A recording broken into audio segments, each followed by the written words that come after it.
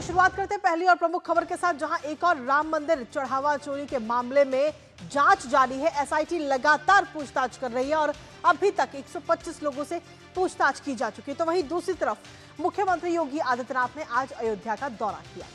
अब इस दौरान मुख्यमंत्री योगी आदित्यनाथ ने राम मंदिर चढ़ावा चोरी विवाद पर बड़ा बयान दिया। उन्होंने साफ कहा कि सरकार ने एसआईटी का गठन किया है, बहुत जल्द दूध का दूध और पानी का पानी जरूर होगा, जांच पूरी होने तक कोई बयानबाजी ना करें।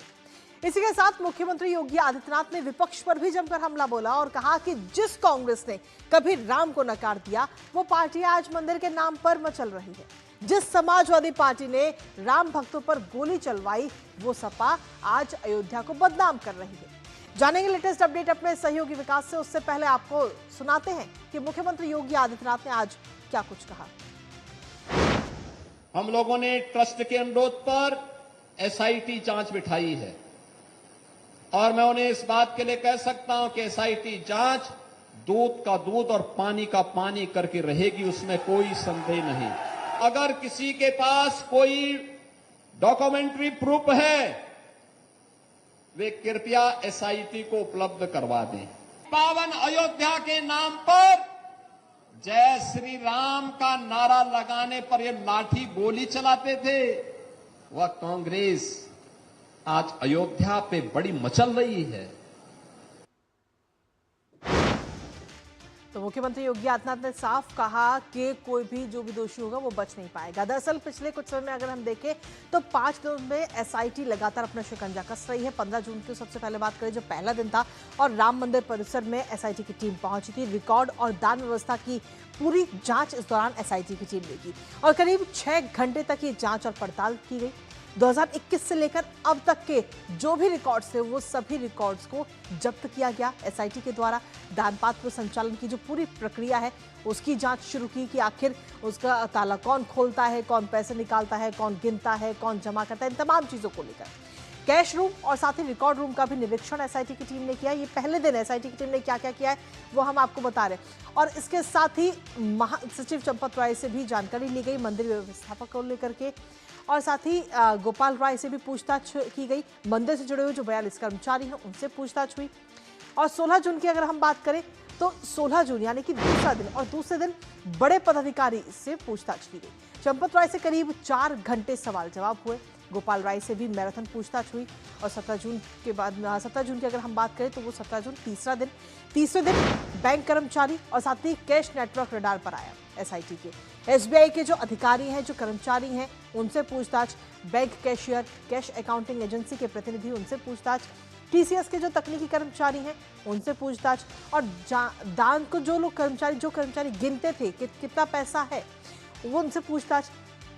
तो ये बात रही तीसरे दिन की। लेकिन इसके साथ ही एसआईटी की टीम ने चौथे दिन यानी कि 18 जून को क्या क्या किया वो भी आपको बताते हैं। चौथे दिन ट्रस्टी डॉक्टर अनिल मिश्रा से पूछताछ हुई और करीब लगभग 4 घंटे तक ट्रस्टी से पूछताछ हुई है, सवाल जवाब हुए, कई चीज़ों को लेकर पूछताछ हुई। केरल से लौटने के बाद सीधा एसआईटी ऑफिस पहुंचा और साथ ही चंपत राय और गोपाल राय के बयानों का मिलान आपस में किया गया कि किसने क्या बयान दिया। इसके साथ ही जो टिन्नू यादव है, जो मुख्य आरोपी के तौर पर अभी तक नाम निकलकर सामने आ रहा है, उससे भी पूछताछ लगातार जारी है। बयान वित्तीय रिकॉर्ड से मिलाए जा रहे हैं और साथ ही लवकुश मिश्रा से भी पूछताछ।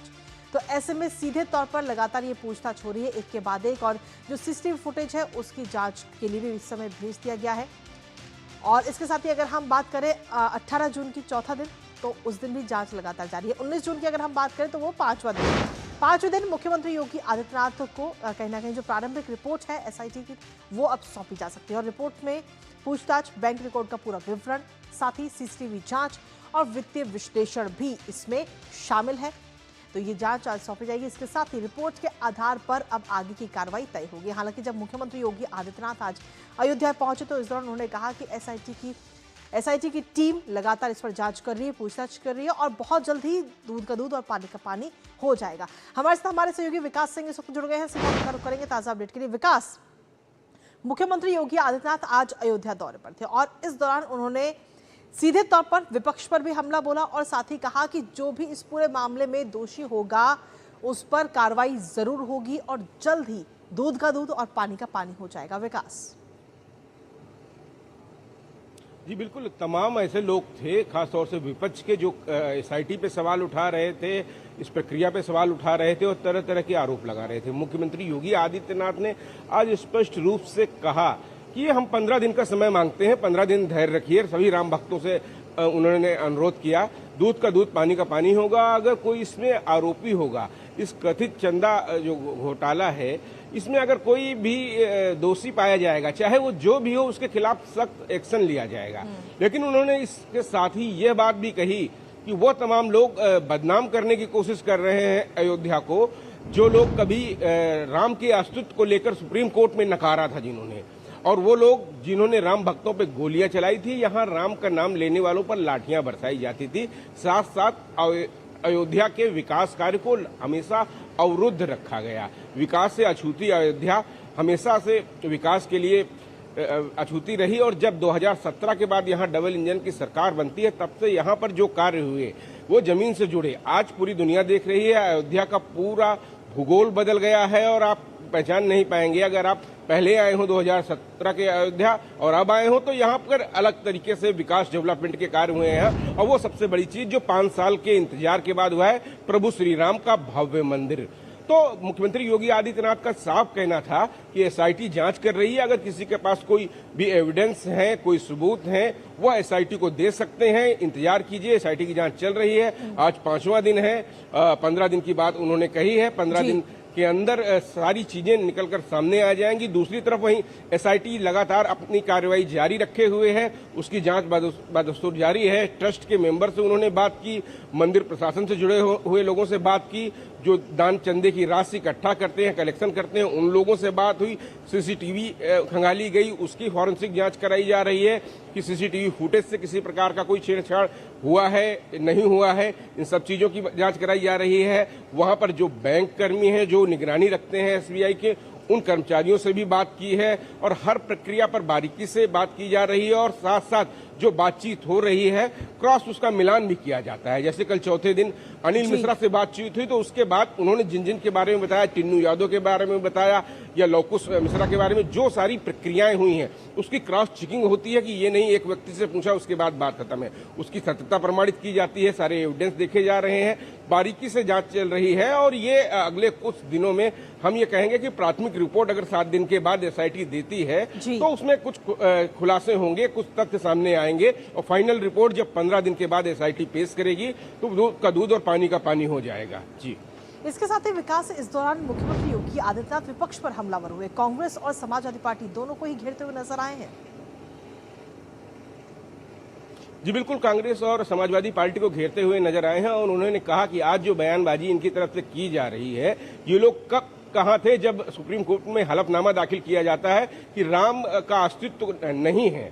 उन्होंने इस राम का अस्तित्व ही मानने से इनकार कर दिया था। और साथ साथ समाजवादी पार्टी ने तो जब राम मंदिर बना था, तो अपने विधायकों को अयोध्या राम मंदिर दर्शन करने से मना कर दिया था। जब एक प्रस्ताव आया था विधानसभा में कि सभी विधायकों को सरकार ले जाएगी, दर्शन कराएगी, तो समाजवादी की पार्टी की तरफ से ये कहा गया कि आप लोगों को दर्शन करने नहीं जाना है अपने विधायकों को। उनमें से कई विधायक, जो एक मनोज पांडे हैं, ऊंचाहार से विधायक, उन्होंने इस बात का जिक्र भी किया। उसके बाद उनको पार्टी से निकाला भी गया और आज वो भारतीय जनता पार्टी में मंत्री के रूप में काम कर रहे हैं। उनके साथ ही कई अन्य विधायकों ने भी इस बात पर आवाज उठाई थी और वो पार्टी में आज नहीं है। तो ये तमाम सारी बातें हैं। समाजवादी पार्टी ने जिस तरह उनकी सरकार में यहाँ पर कभी न बिजली रहती थी, न सड़क की व्यवस्था की गई, तमाम सारे जो आयोजन पूर्ववर्ती रामायण वगैरह होती थी, उन सब चीजों को अयोध्या में प्रतिबंधित किया गया। राम भक्तों पर यहाँ गोली चली, लाठी चली। तो राम का नाम तो कभी ये लेना नहीं पसंद करते थे, योगी आदित्यनाथ का कहना है।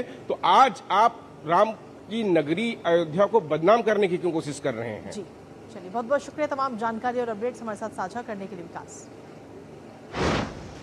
और इसी के साथ चलिए रुक करते हैं अब हमारी दूसरी महत्वपूर्ण खबर।